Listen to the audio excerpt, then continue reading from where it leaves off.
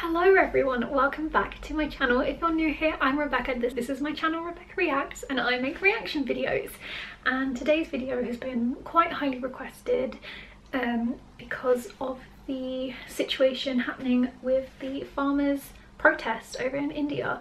And so this is the video by Vox, which kind of explains what's happening, because I honestly don't know too much. I vaguely heard about it when it first started, and then the whole new coronavirus strain happened over here in the UK and it's just dominated the news. So I don't actually know too much about what's happening, apart from that the farmers are protesting. So I'm very interested to watch this video. It's called India's Huge Farmer Protest Explained, and like I said, yeah, it's by the channel Vox.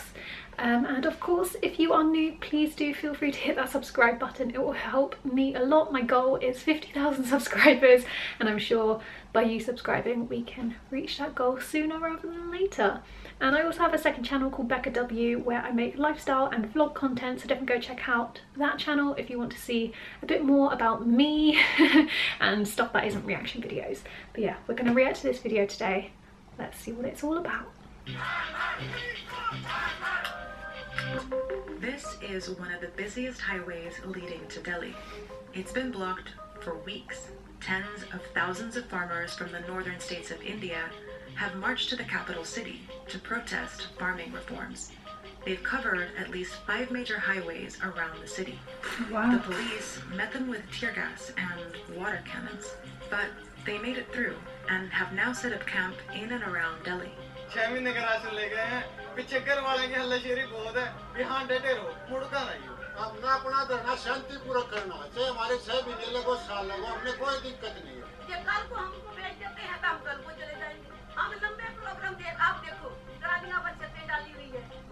This is all happening because Prime Minister Modi's government has passed new farming laws that will change how the agricultural industry has worked for decades.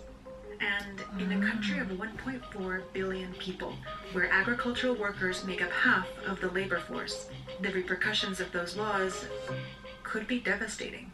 Wow. In the 1960s, India, a recently independent country, was struggling to produce enough food for its citizens. A string of droughts made things worse, causing devastating famines. So the government stepped in to modernize farming and increase the food supply in what was called the Green Revolution. They brought in US advisors to help boost the production of rice and wheat. Together, they ended up overusing chemical fertilizers, pesticides, and irrigation, causing large plots of land to become infertile. Many crops suffered.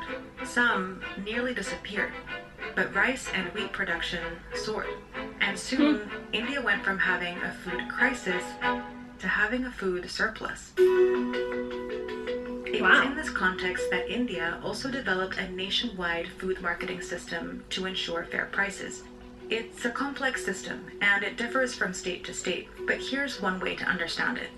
It starts with farmers bringing their crops here, to wholesale markets locally known as mandis. The farmers then sell those crops to traders through open auctions with transparent pricing. Prices can also be informed by the minimum support price, or MSP, a government price for crops like rice, cotton, wheat. The government only buys a couple of crops at these prices in certain states, but those prices can still serve as a benchmark. The crops then go to secondary market or are stored by the buyers before they are sent out for future sales. It's not a perfect system though. Local traders do end up colluding with each other. The auctions actually are not competitive bidding. But for the most part, the system works on a large scale because there's oversight that aims to protect farmers by giving them market standards. They've been designed keeping in mind the fact that farmers are the weakest link and they can be exploited in numerous ways. Over the years, state reforms have gradually redefined and regulated markets in different ways across India. In Punjab and Haryana, for example, they have become a vital part of the industry, and farmers here have the highest incomes in the country. But in the state of Bihar, markets were eliminated in 2006, and the farmers here are still ranked the poorest in India by income. And all of this is happening while there's a bigger farming crisis. the money in farming is disappearing. Since the days of the Green Revolution, agriculture has gone from accounting for nearly 50% of the economy to just 15%. Wow. Meaning millions of farmers already have trouble making ends meet in this shrinking economy. Oh my gosh, More than half of India's farming households are in debt. And this debt has contributed to a suicide crisis. Oh gosh. In the last 2 years, more than 20,000 farmers have died by suicide. Because of this economic hardship, farmers have been asking for reforms for decades. But this year, instead of providing more protections for this vulnerable community, the central government went in the opposite direction. And farmers fear that the direction in which the reforms are happening are actually a direction of dismantling of the MSP. So let's take a look at these 3 farming acts that sparked the protest. Each of them deregulates a different part of the system. The first act creates free, unregulated trade spaces outside the markets. The laws in these spaces would override wholesale market rules. And although a lot of trade takes place outside already, what happens in the markets remains a benchmark across the industry. But this act will create 2 parallel markets with very different rules. One with oversight, and another that creates room for big corporate players to come in unregulated. And in this dual market structure, the players in the regulated markets are bound to move out and operate in the deregulated spaces, and that is where farmers are going to lose out when these traditional spaces collapse onto themselves. The second act creates a framework for contract farming deals.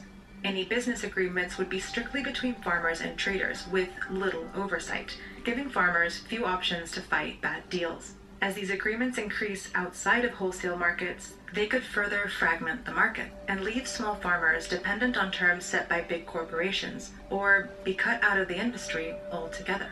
ਉਹ ਸਾਰੇ ਦੇ ਸਾਰੇ ਜਿਹੜੇ fail ਹੋ ਗਿਆ ਉਸ ਤੋਂ ਬਾਅਦ ਇਹਨਾਂ ਨੇ ਆਪਦਾ ਰੇਟ ਤੈਅ ਸ਼ੁਰੂ ਕਰ ਦਿੱਤਾ ਹੈ ਹੌਲੀ ਹੌਲੀ ਇਸ ਰੇਟ ਨੂੰ ਵਧਾਉਣਗੇ ਫਿਰ ਉਸ ਤੋਂ ਬਾਅਦ ਪੂਰੀ ਦੀ ਪੂਰੀ ਜਿਹੜੀ ਹੈ ਮੰਡੀ ਦੇ ਉੱਤੇ ਕਬਜ਼ਾ ਕਰਨਗੇ ਆਪ मंडी आ जाएगी तो वो हमारा वो सिस्टम खत्म हो जाएगा. The third act affects a different part of the chain. It eliminates the storage limits previously set by the government to control prices. Unlimited storage means that anyone with enough money can stock up. The problem is, without oversight, they can also start dictating prices.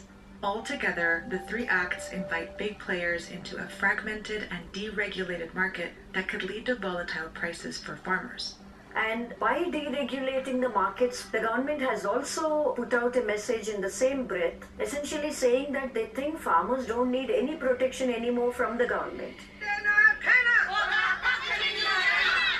On June 3rd, 2020, when the government announced the farming reforms, it didn't take long for the impact to be felt on the ground. Wholesale markets around the country have already seen fewer crops arrive in their market yards. In the state of Madhya Pradesh, more than 40 markets have lost business. Trading has moved out of regulated market spaces, and it is not as though good prices are being fetched by farmers. And this is the context in which farmers' anger has to be understood. They didn't get what they wanted, and what was thrust down upon them is very different from what they were asking for. कि किसानों को इस कानून की जरूरत नहीं थी, इस कानून को रद्द किया जाए। और जो हमारी मीटिंगें हुई हमारे नेताओं की उनके साथ, उसमें वो एक बात बोलते हैं, वो छल करते हैं। ਇਹਨਾਂ ਦੇ ਵਿੱਚੋਂ ਅਸੀਂ ਇਹ ਚੀਜ਼ਾਂ ਸਿੱਖੀਆਂ ਆ, ਸਾਡੇ ਗਾਂ ਆਉਣ ਵਾਲੀਆਂ ਪੀੜ੍ਹੀਆਂ ਨੂੰ ਵੀ ਅਸੀਂ ਬੱਚਿਆਂ ਨੂੰ ਵੀ ਇਹ ਗੱਲ ਦੱਸ ਰਹੇ ਆ ਕਿ ਤੁਸੀਂ ਆਪਣੇ ਹੱਕਾਂ ਦੇ ਲਈ ਲੜਨਾ ਜਿਹੜਾ ਆ ਵਾਜਬ ਆ। ਇੱਕ ਚਿੜੀ ਆ, ਉਹਦਾ ਜੇਕਰ ਕੋਈ ਆਲਣਾ ਵੀ ਤੋੜਦਾ ਆ ਤੇ ਉਹ ਚਿੜੀ ਵੀ ਚਹਿ ਚਹਿ ਕਰਦੀ ਰੌਲਾ ਪਾਉਂਦੀ ਆ।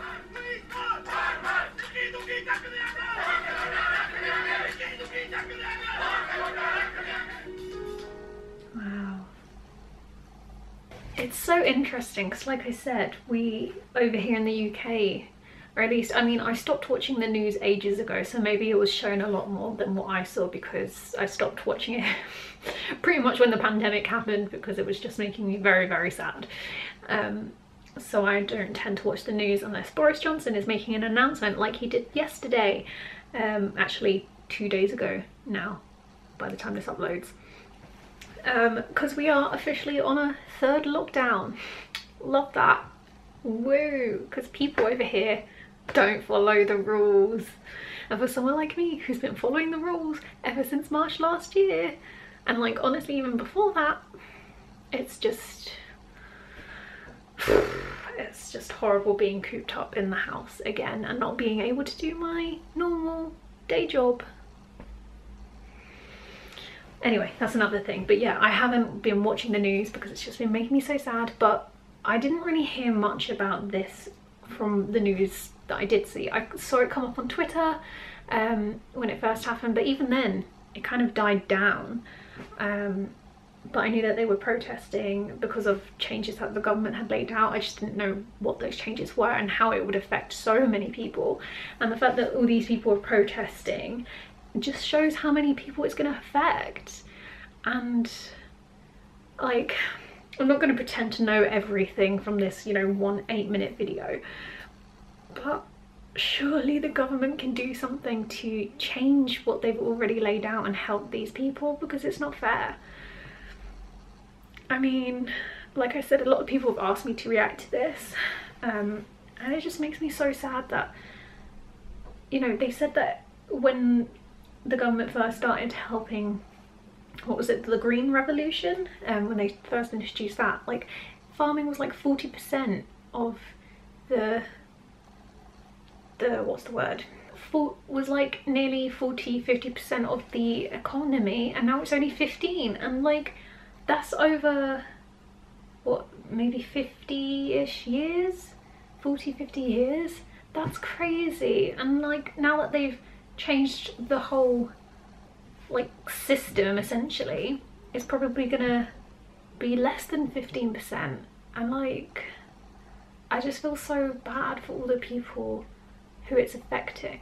And I hope, if it's, you know, if you're one of these people who are affected by this, I hope it eventually gets sorted out, and I hope that whatever happens you are able to continue. And the fact that it mentioned about the rate of suicides in farmers went up, oh, gosh, it breaks my heart. It makes me so sad. What, it's the 5th of January today, 5 days into the new year, and I'm already feeling sad.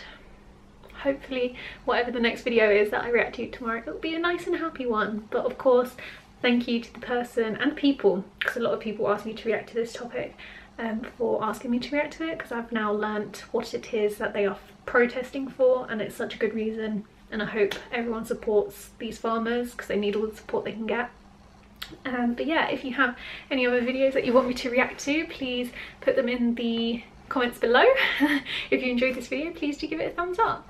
Thank you to my producers, and of course if you want to become a producer yourself, there are 2 ways you can do that. First is by hitting the join button to become a member of this channel. It is just down there next to the subscribe button, which you should also hit. Or you can hit the link in the description to become a Patreon of mine as well.